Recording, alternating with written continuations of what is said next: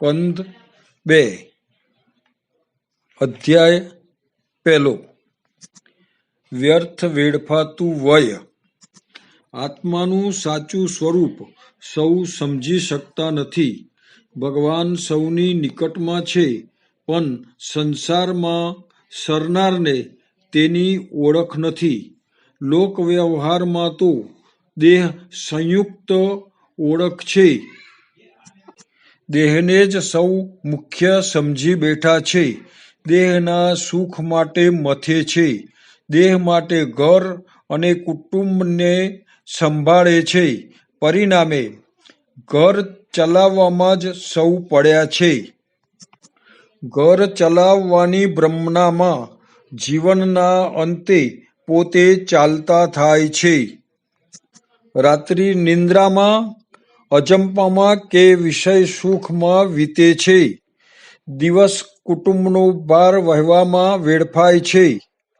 પુરુષ પૈસા મેળવવા માટે ફાંફા મારે અને સ્ત્રી મેળવેલા પૈસાને વિદાય દેવા કે બચાવવા મથામણ કર્યા કરે છે। વય વ્યર્થ વેડફાઈ જાય છે। બાલ્યકાલ અને વૃદ્ધાવસ્થા તો નકામા જ જાય છે। નાનપણમાં તો અજ્ઞાનથી કલ્યાણ માટે કંઈ કરવાનું સૂઝે નહીં।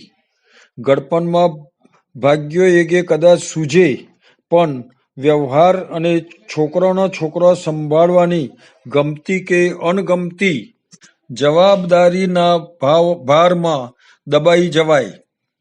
કલ્યાણ માટે કાયા કામ પણ આપે નહીં। યુવાનીમાં માયા અને ગળપણમાં કાયા કંઈ કલ્યાણ સૂઝવા કે કરવા ન દે।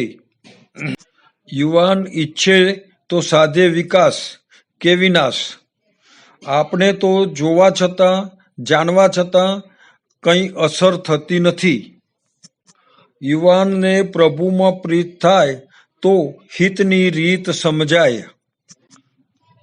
દેહ, પુત્ર, પત્ની, પૈસા, પ્રતિષ્ઠા વગેરેમાં પ્રમત્ત બનેલો માનવ તે બધા માટે અનેકને અથડાતા મરતા જુએ છે, જાણે છે, છતાં પણ પોતે તો પાછો તે જ ગરેડમાં ઘસડાઈને બેફામપણે જીવે જાય છે। અનેકને રીબાતા મરતા જોવા છતાં પોતાના મરણનો વિચાર થતો નથી। કલ્યાણની કામના થતી નથી। સર્વ પુરુષાર્થનું સાધન છે યુવાવસ્થા। ભજન કરનારે આ દોષોથી દૂર રહેવું। 1. અસત્ય, 2. નિંદા, 3. પોતાના વખાણ, 4. વ્યસન, 5. ભક્તને દુઃખ, 6. દુષ્ટ સંગ, 7. વૃથાવાદ, 8. શાસ્ત્ર કે ગુરુજનની આજ્ઞાનું ઉલ્લંઘન, 9. અશ્રદ્ધા, 10. ભગવાનના ઓથે પાપાચરણ, 11. કર્તવ્ય ત્યાગ, 12. સ્ત્રી તરફ કુદૃષ્ટિ, 13. અન્ય સાધનની સ્પૃહા, 14. અન્યનું અહિત, 15. અવિશ્વાસ, 16. ભગવદ નામ સિવાય કોઈ સાધન છે તેવો ભાવ, અને 17. ભજનની પ્રસિદ્ધિ।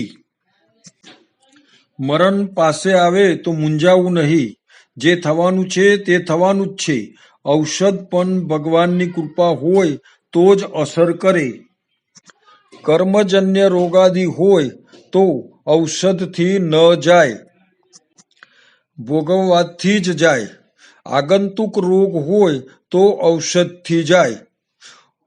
અંતકાળે કોઈનો સંગ કરવો નહીં। દેહ સંબંધીઓમાંથી બધી ઈચ્છાઓ કાઢી નાખી નિર્ભય થઈ બધી પ્રતિકૂળતાઓને સહન કરવી। ઓછામાં ઓછી જરૂરિયાતથી જીવે તેને ભગવાનના ભજનનો સમય મળે।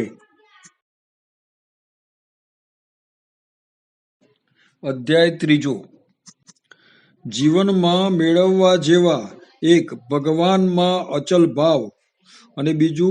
ભક્ત સંગ છે। બાળકોને અપાતી રમકડા તેના મન પર અસર કરે છે. અધ્યાય 9મો. ભગવાનના 6 ધર્મો. 1. ઐશ્વર્ય, બીજું વીર્ય, ત્રીજું યશ, ચોથું શ્રી, પાંચમું જ્ઞાન અને છઠ્ઠું વૈરાગ્ય. ચતુશ્લોકી ભાગવત. 1. સૃષ્ટિ પહેલા પણ હું હતો, અત્યારે પણ હું છું, પ્રલય પછી પણ હું જ હોઈશ. બીજું, આ જગત મૂળભૂત બ્રહ્મરૂપ છે, સત્ય છે, પણ પ્રીતિથી માયારૂપ છે. માયા પદાર્થ રૂપે વિરાજતા પ્રભુના સ્વરૂપને ઓળખવા દેતી નથી.